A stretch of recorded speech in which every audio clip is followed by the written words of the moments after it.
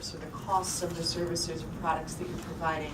And talk us through a little bit how you got there and what your experience is, and with that, how you adapt to your customers. One of you made the comment that you were finding that they wanted more the phone as an entertainment center per se. How are you finding that out as you go through the collection systems and such? In Bangladesh, they have 100,000 solar home systems getting sold every month. So there's a huge network in place. And they know how to do it manually without any mobile banking or any of those gadgets. So we have to deal with that, what exists. And like I said, in 3 years, we have delivered 100,000 systems from our own 120-volt system. But then, because the existing network operates in a way, we have to adapt to that, which is manual, door-to-door, monthly payment collection.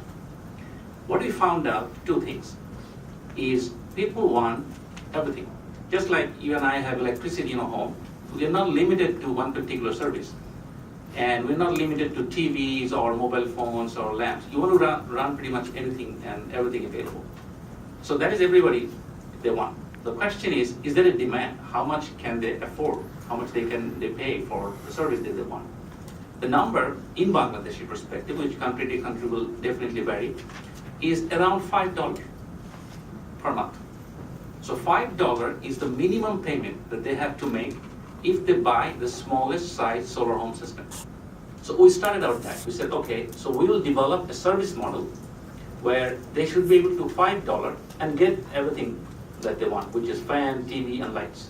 So the nanogrid that we developed, we say, okay, you pay $5 in average. I mean, they're paying on a pay-as-you-go basis, but the number turns out to be around $5 for one TV, one fan, and 4 or 5 lights. And again, we believe in opening it up, not closing it or dictating it what they should do and what tariff. So it's a flat tariff, and they pay whatever the amount they can pay, and significantly lower. But we, like I said, to improve the collection efficiency, we have learned that going door to door is a very expensive proposition. Two different reasons. One, if they default, what are you going to do? If they don't pay, what are you going to do? You take it away from the, that also adds cost. And the other thing is the overhead. If you go door to door and do it manually, the overhead is also very high.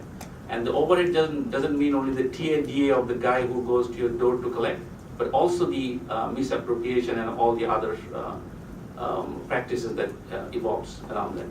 So what we did is a prepaid system. The meter is prepaid, but at the same time, it's not fully automated system. The meter is there, it has an option, we call it autopilot option, which is if somehow the local guys does not cooperate, then you can connect the meter directly and control it. But that is not the normal operation. The normal operation is still the semi-automatic, which is they pay to the local guy, and the local guy uses the mobile banking to pay us to our bank account, and then they get a code which they insert in the meter, and they run it again.